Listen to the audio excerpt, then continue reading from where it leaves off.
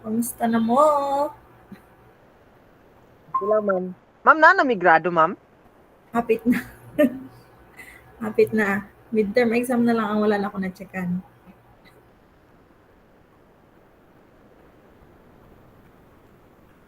Basig mo man na to nako karon. Okay.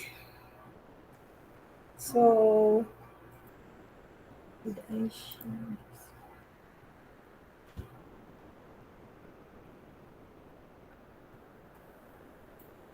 Okay. So for this morning's discussion, we will have the divergence and curl of electrostatic fields. Okay, so we will start with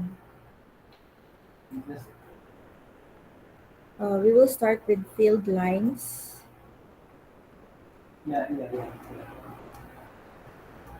Flux, and then Gaussian. Okay. So, sa inyong assignment class, you might have noticed that in solving your assignment, kay na ay mga integrals dito nga na-involve, nga grabe kalisod. Sakto ba? So, in our next lesson, sa atong mga lessons, gikan karon, we will be learning tools in order to avoid these integrals. Okay? So, basically, katong sa first part na to sa electrostatics, murag mo na to siya ang whole of electrostatics. And karon ang atong continuation is we will be learning tools in order to avoid formidable integrals. Okay? So, for a single point charge Q that is situated at the origin, so say for example, you have here, excuse ako sa kayo balhin pa o. Madunggan ninyo si Sir Rowell, no? Yes, ma'am. Balhin lang sa tao. Location. In order to get an energy equal to 5 joules. Yeah? Clear, yeah? Sure ba? Salamat, ya. Magklase mo po dahil siya.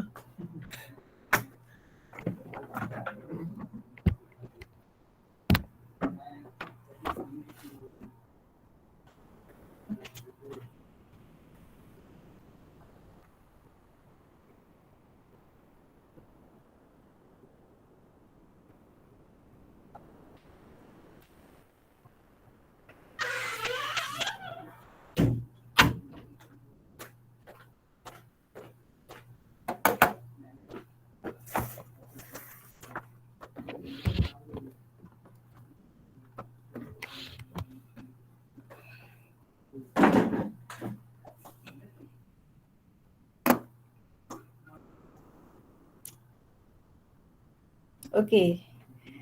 So again, for a single point charge Q, which is situated at the origin, we have learned that its electric field is given by this equation. We have 1 over 4 pi epsilon naught Q over R squared R hat. So we can represent its electric field vector, and it looks like this one. So it is radially outward. And take note that ang iyaang lines class kay magkagamay, ang iyaang magnitude kay magkagamay as it is further away from the origin or from the charge. So it is radially outward. Okay. Now, for this, we can, looking at this drawing class or illustration, we can say that the field ang field class kay nagkagamay siya by 1 over r squared. So it falls off by 1 over r squared. Okay? And then, yeah, the vectors, kining mga vectors representing the electric field get shorter as it goes farther away. Now we can redraw this one, or we can represent electric field pinaagi ani class. So nakay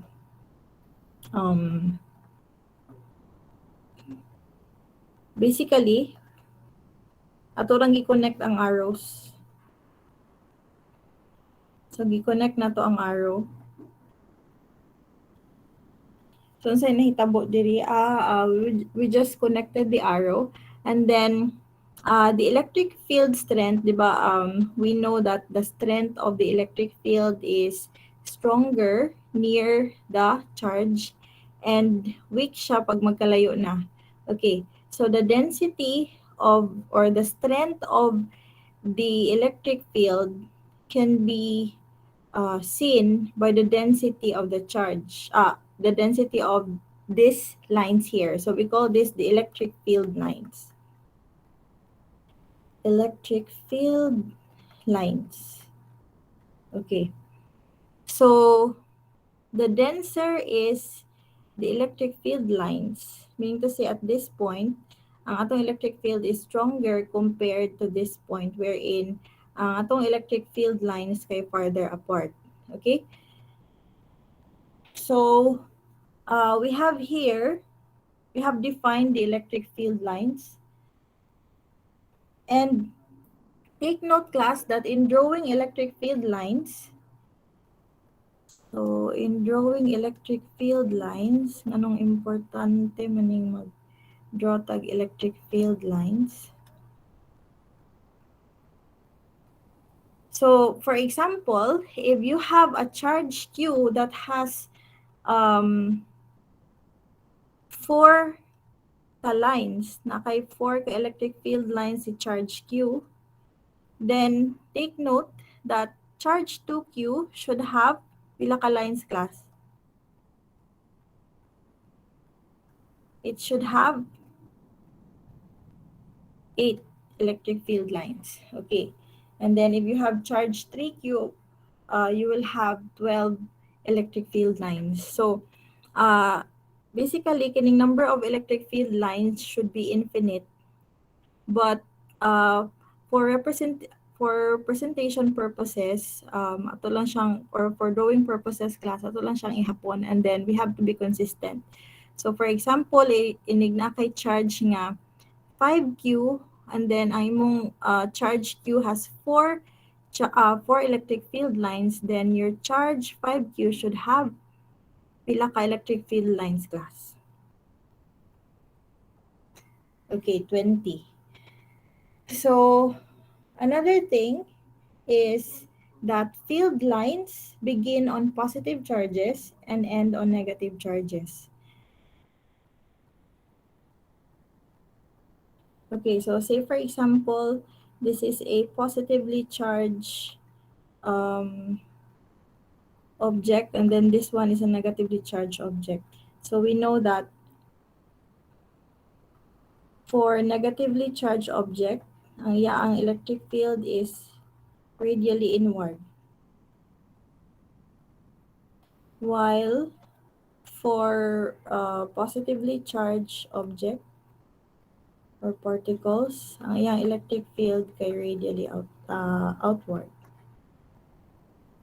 Okay, such that if nani silang duha sa isa ka space, or they are near each other, their electric field will look like this one. So naakay positively charged here. Say for example, these are charges of equal magnitude pero opposite lang direction. So what would it look like? Something like this.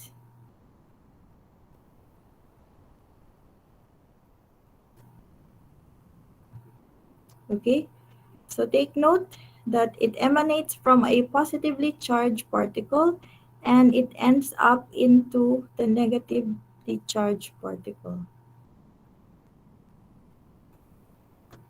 Sorry. Okay, so this one.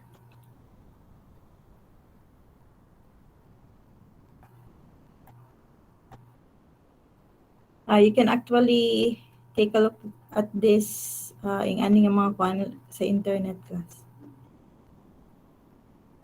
Okay, so the arrow should be pointing towards the negatively charged particle.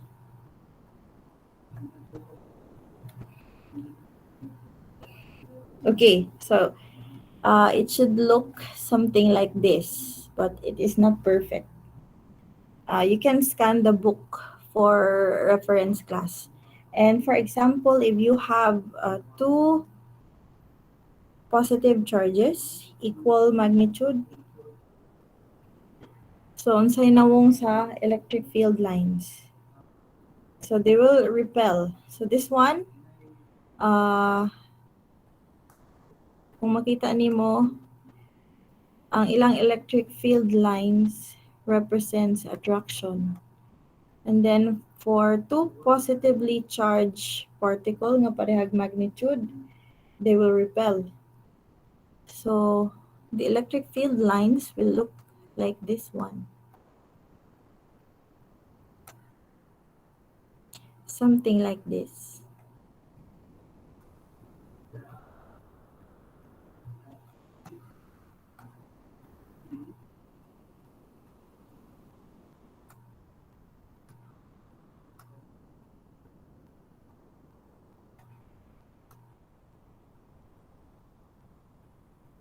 Okay.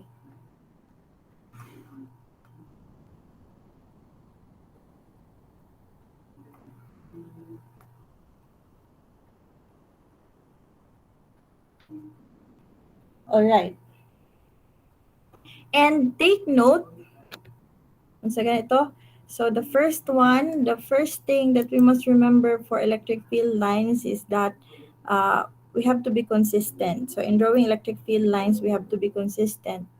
And then, positive charges, ang iyaang electric field lines is radially outward, negative charges kay radially inward. Or positive charges or electric field lines comes out from positively charged particles and end up into negatively charged particle. And then the last one that we should remember is that electric field lines can never cross. So, dili sila mag-cross. Okay? They cannot cross. So, for example, this field line here cannot cross with this field line here. Okay? So, electric field line can never cross. Okay. So, let us now calculate the flux of the electric field through a surface. Okay, so flux, which is denoted by the Greek letter. Saan siya nga letter, class? Phi? Omega, ma'am. Omega ba ni? Okay. I think this is phi. Okay. So we have, we can write phi sub E. So since we also have magnetic flux, so phi sub E indicates electric flux. So we have P sub E, or the electric flux, is equal to the integral of the electric field dot dA. So dA here is the infinitesimal area. Okay. So, unsa man ni electric flux, class? Electric flux is the number of field lines. So it is the number of field lines. Supposedly kay dili ni siya natutagaan o kanang time unta, but I heard nga wala daw mo naka-electromag mangod sa inyo ang paano university physics. So this is the number of field lines passing through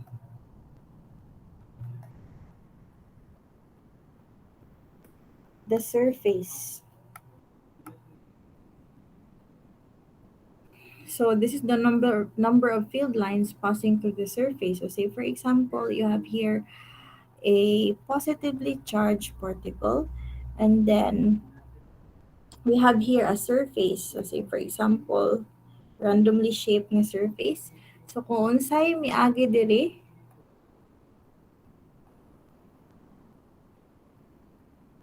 so take note that DA class is, so ito ang definition sa DA is, it is directed perpendicular to the surface. So say for example, muna siya imong DA, perpendicular to the surface.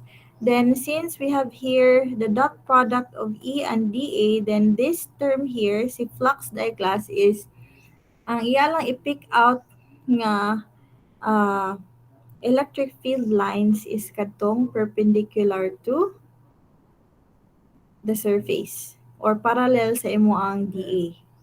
So if this is your surface, ang iyang E nga i-pick out is katulang perpendicular to the surface or parallel to your infinitesimal area. Okay? The rest kay dili. So we have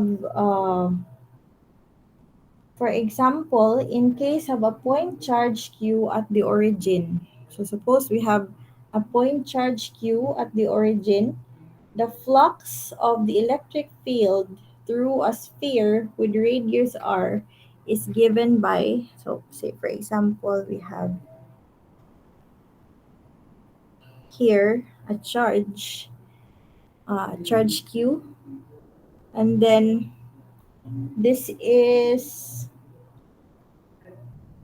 we are to calculate the flux of the electric field due to Q through a sphere of radius r.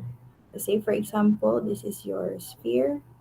So sphere class, this should be three-dimensional pero di ko kabalo mo drawing. Okay? So let us calculate the flux. So we have here flux is equal to the integral of E dot dA. Okay. Now, we know that for a point charge, once again, ito electric field sa point charge class, E is equal to 1 over 4 pi epsilon naught. We have Q over R squared. So take note that this sphere has a radius equal to R. And then, how about dA? What is dA? What is dA class? For example, we have to get a small surface here, a gamay nga area diri as a surface sa imong sphere. Then the area of that small portion is equal to dA, and that is equal to, ano sige ito? R squared sine theta d phi. Okay, very good. So we have R squared sine theta d theta d phi. Okay. So and then in order to get the flux, we just have to integrate this one. So this is, of course, ang direction niya is radial. So we have R hat. We know also that the electric field for a point charge is radially outward. So this has direction equal to, this has direction along R hat. So we have to get the dot product of these two vectors. So we have 1 over 4 pi epsilon naught Q over R squared, and then multiply lang nato no ang iyang magnitude since pareha man sila along the direction along the radial direction. So we have R squared sine theta d theta d phi. D theta d phi. And then we know that theta is direct, ang iyang limit is from 0 to, so ganito ang direction sa yung theta class. For spherical coordinates, theta is from 0 to pi, and then your phi is from 0 to 2 pi. Okay, take note that your r here is constant and it is equal to the radius of the sphere.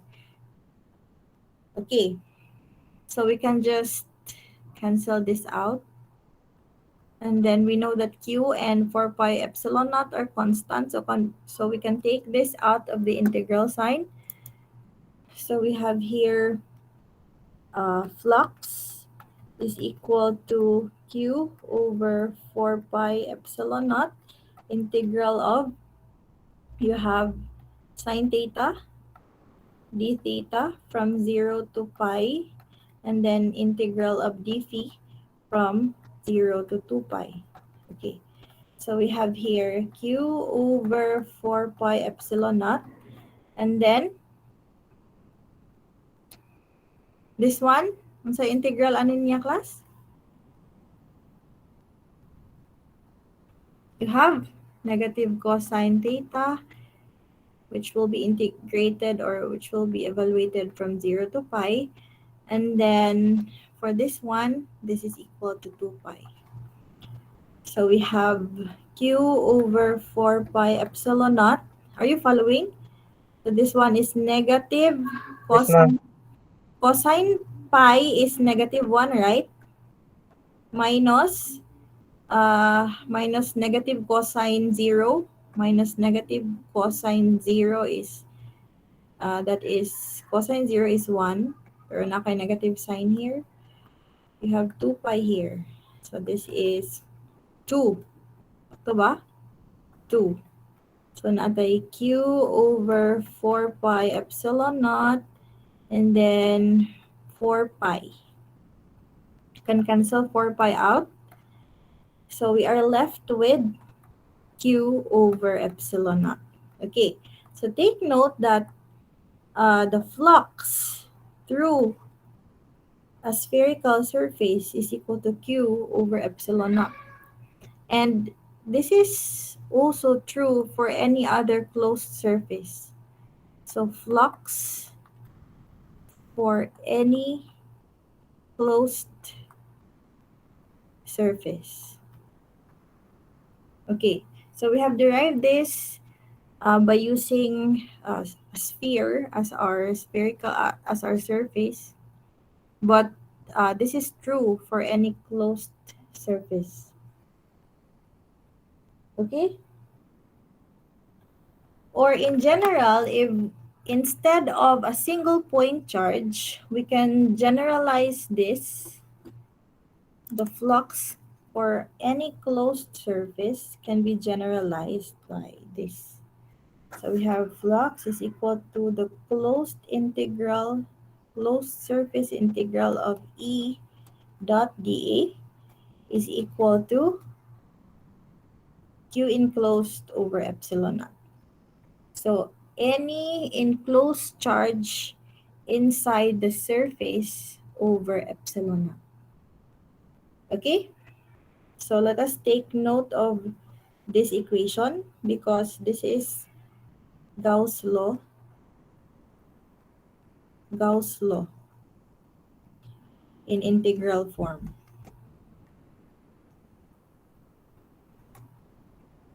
Okay, so this is Gauss law of integral form. In integral form. Okay. Now, by applying divergence theorem, can you recall divergence theorem, class? By applying divergence theorem, so get to divergence theorem. So we can rewrite this. So we have an integral over the surface. We can actually convert this into an integral over a volume. So what will happen is that we have the divergence of the electric field d tau. Okay, so this is using the divergence theorem, we have converted the surface integral into a volume integral. Now, in terms of Q enclosed, so this is equal to, we know that this is equal to Q enclosed over epsilon naught, right? Now, Q enclosed can be expressed also as in terms of the charge density. So, if we write Q enclosed in terms of the charge density, so ganitong your Q is equal to rho dV, right? Or you can write it as rho d tau. Rho d tau.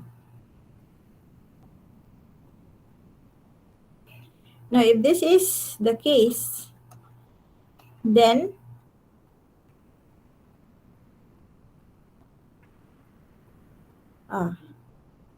so we have here the integral of rho d tau, since we have here an infinitesimal volume element. Okay, so if Q enclosed is equal to the integral of rho d tau, then Gauss' law becomes, so we have here the divergence of E d tau. This is equal to, we can rewrite this. You have Q enclosed over epsilon naught. So your Q enclosed is actually equal to the integral of rho d tau. Rho d tau. Integral of rho d tau over epsilon naught. So na-follow na ninyo, class? From this, naka-integral over the volume, the divergence of E d tau is equal to Q enclosed over epsilon naught. But here, Q enclosed is equal to the integral of rho d tau. Therefore, we can rewrite this into this one. Maapin ang epsilon naught, ma'am.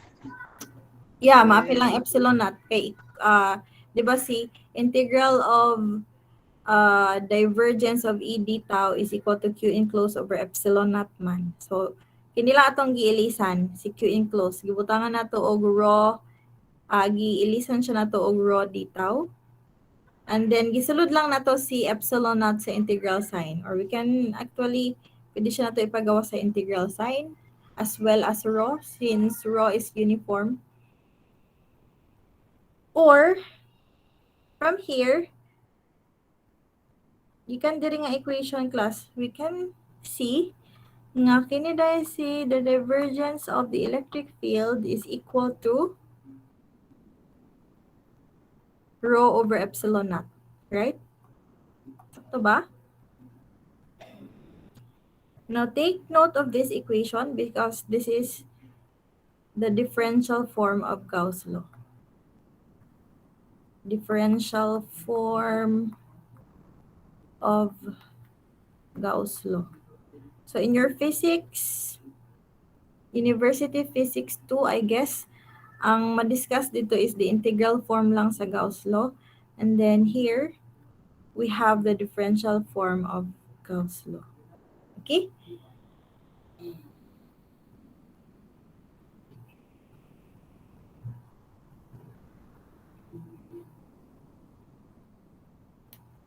All right, so let us have some problems.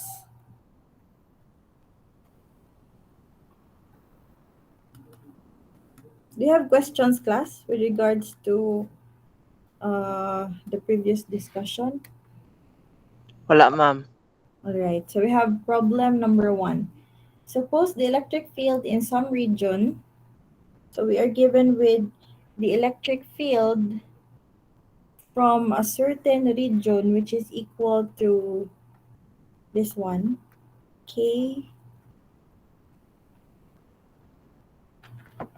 R cube, KR cube R hat. And this is in spherical coordinates where K is some constant.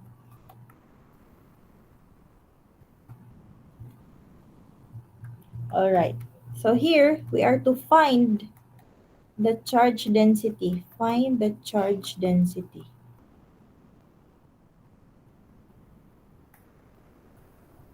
And then find the total charge.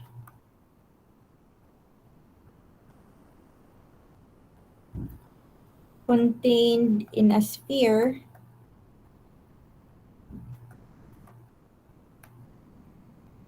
of radius r, centered at the origin.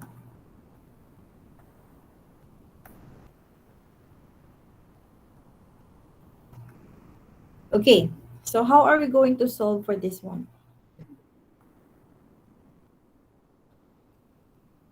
Okay, so we are given with the electric field. And we are asked to find first the charge density rho. So what we know is we have two equations for the charge density.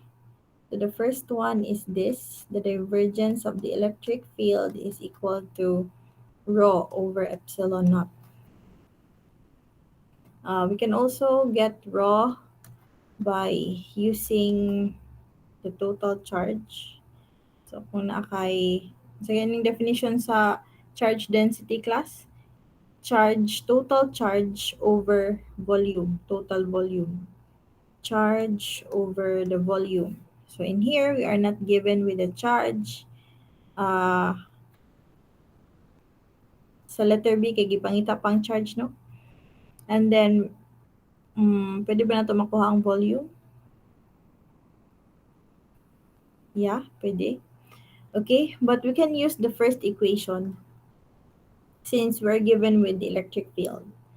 Okay, so we have from this equation, we can get rho is equal to epsilon naught multiplied by the divergence of the electric field. So take note that this is in spherical coordinates, and we have to recall the spherical form of the divergence.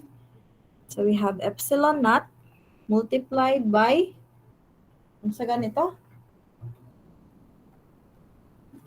Kadumdum pa mo sa divergence class of a vector. So take note that ang atong electric field is radial lang yang component. So pwede na nato i-recall tong radial component sa atong divergence, which is ganito, kay 1 over r squared, partial derivative with respect to r, and then you have r squared. This is part of the equation, and then we have here the radial component of your electric field. So in this case, you have epsilon naught 1 over r squared, partial derivative with respect to r, of r squared multiplied by this, so nakay k r cubed. Okay. And then, sama na siya na to. So k is a constant, so we can take it out from the differential. So we have k epsilon naught. We have here 1 over r squared. And then d, the partial derivative of, unsa na nahabilin class sa sulod? R to the fifth, right? R raised to the power of 5. So this is equal to k epsilon naught 1 over r squared. The derivative of r to the 5 is 5r to the 4. Sakto ba? And then we can cancel out r squared. So rho is equal to 5. Sakto ba na itong gibuhat class? 5k epsilon naught r squared. Okay? So this is rho. This is your charge density. 5k epsilon naught r squared. And then for letter B, we will then find the total charge contained in a sphere of radius r, which is centered at the origin. Okay. So there are two ways with which we can find the total charge. The first one is using this. So find the total charge. We can use this equation. So we have Q enclosed equals the integral of rho d tau. So for a sphere, we know that d tau is equal to r squared sine theta dr d theta dphi. So atong nakuha nga rho is 5k epsilon naught r squared. And then your d tau is r squared sine theta. Ganun na siya gikan, class. We have derived this one in our previous discussions. In one of our previous discussions, so we have r squared sine theta d theta d phi. R squared sine theta dr d theta d phi. Okay. And then we will then integrate. Pwede na to i-simplify. Pagawas na to daan ang mga constants. We will take this out from the integral, outside the integral. So, naka 5k epsilon naught. And then inside the integral, you have r to the fourth dr. And then we have sine theta d theta. And then we have d phi. So this is from 0 to 2 pi. This is from 0 to pi. And then this one is from 0 to big R as indicated. So the radius of the sphere is big R. All right. So kaganina we have obtained the value of this one. So this is 2. So we know that this is 2. Negative cosine theta integrated from 0 to 2 pi. So you have 2. And then this one is, of course, 2 pi. So nakay 4 pi diri Pwede siya nato mapagawas na sa integral. So we have 4 pi. This is 20. 20 multiplied by 5 na to ang 4, class. 20 pi k epsilon naught. And then ang integral na lang nabilin is r to the 4 dr from 0 to r. Okay. So we have here 20 pi k epsilon naught. And then integrating this, we have,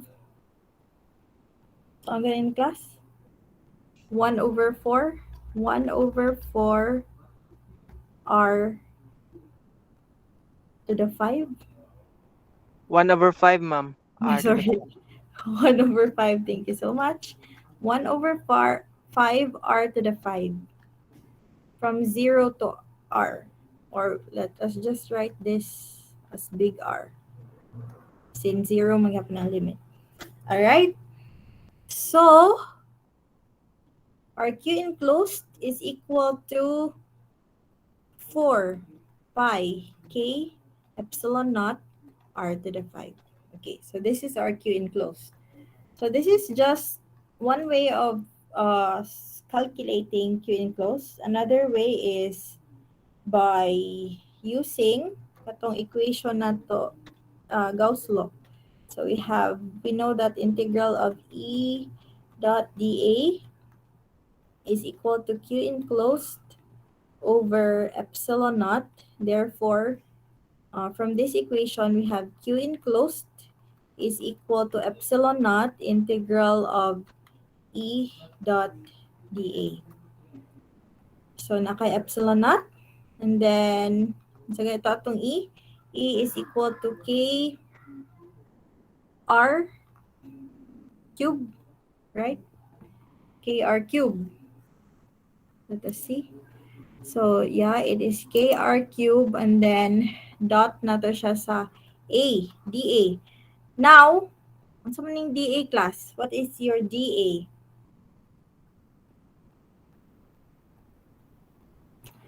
So, your dA is constant. For the sphere, kung na siya sa origin, R na diri atong surface, no? Muna siya atong kuhag surface. Diri ta magkuhag surface. So if na diri ang surface, then constant atong R. And atong dA is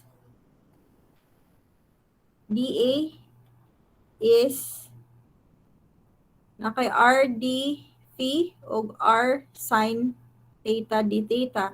So you have R squared sine theta d theta d phi. R squared ba? Yeah, it's R squared. R squared class, no?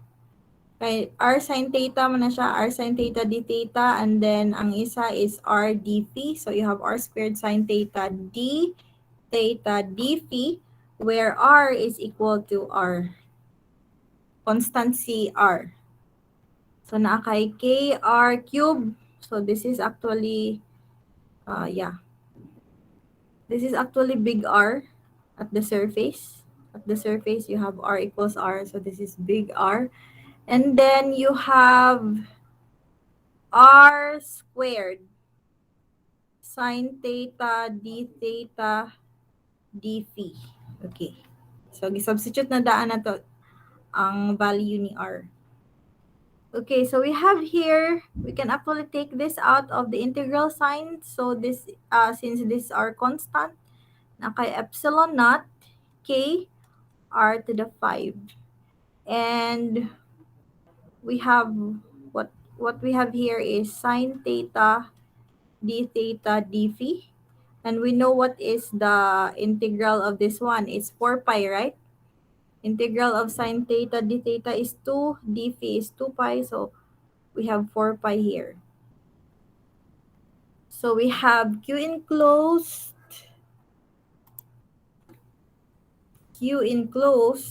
is equal to, we have epsilon naught k r to the 5 times 4 pi. So we have 4 pi epsilon naught k r to the 5, which is exactly the same as the first one. Ito ba? So we have 4 pi k epsilon naught r to the 5. 4 pi k epsilon naught r to the 5. Okay. So you can choose either of the two methods. Okay. So we have another problem here. Any questions, class? Wala, ma'am. Take note, ang inyo lang timanaan is unsaon pagkuha ni DA, unsaon dito is given naman niya siya, no? Si DA, dili lang ka usahay maglibog, but for a sphere, automatically you have, for a spherical surface, you will have R squared sine theta d phi. All right. And then for problem number 2, we have a charge. A charge Q sits at the back corner of a cube.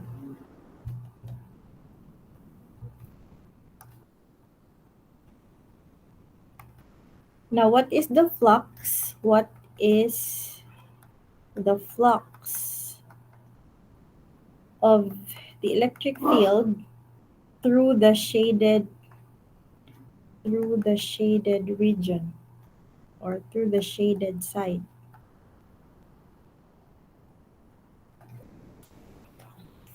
Okay, so for this, para din ito mag-drawing class.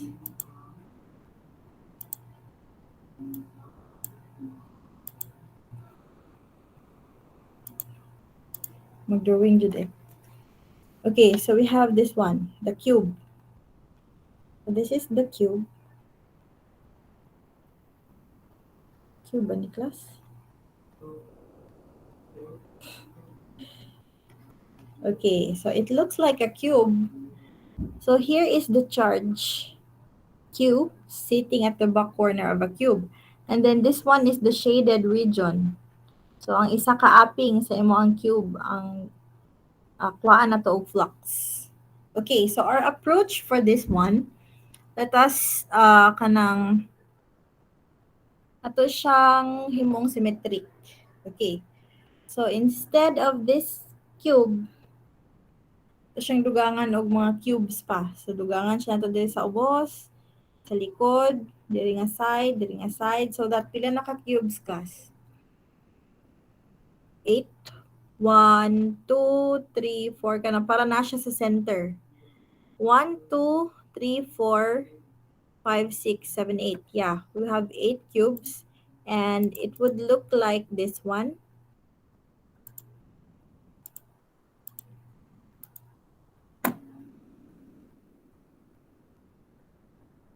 Touch that na siya sa center.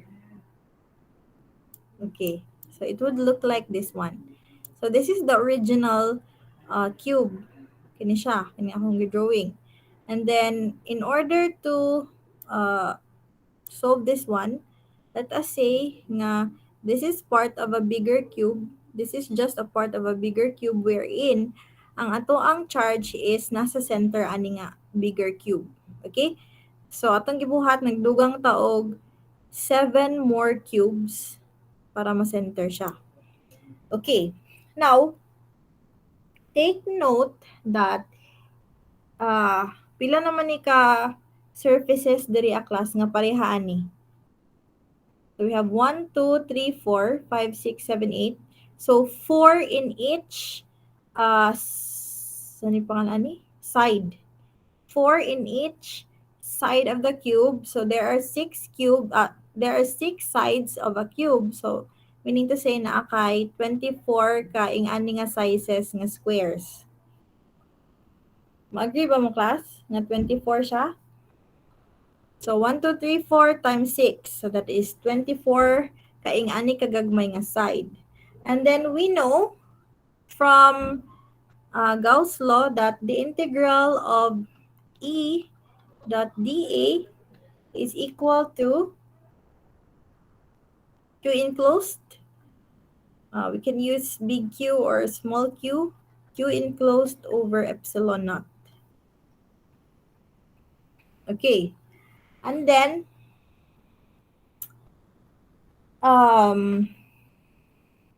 so from here, we can see nga ang flux E dot dA for this phase, nga phase, one phase of,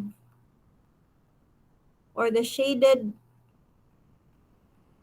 phase, shaded, is just equal to 1 over 24 of the flux sa entire nga kining bigger cube.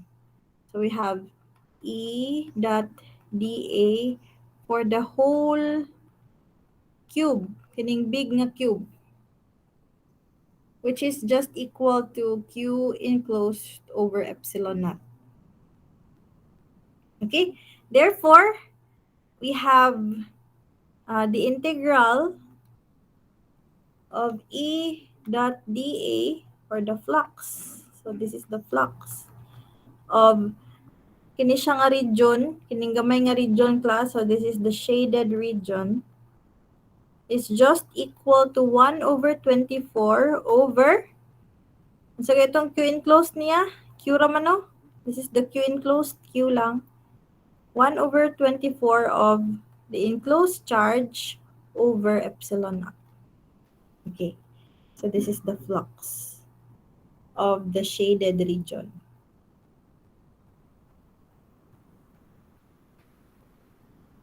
All right. So, any questions? Wala naman naglibog?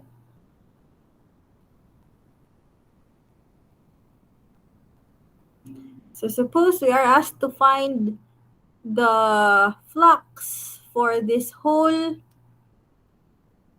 side here, then pila man siya, class? Pila man ang flux?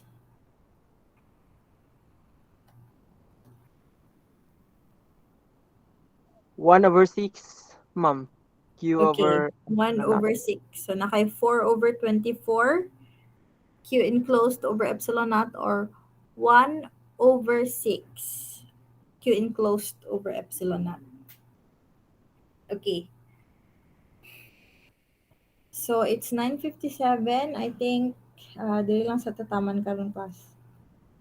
Next meeting, we will have the divergence of E. So, ganina nakuha na to ang the divergence of E. No? It is equal to rho over epsilon naught. So, we will have another method of getting the divergence of E. And then we will have applications of Gauss law. And hopefully, class, I will be able to upload your midterm grades today. Do you have any other questions?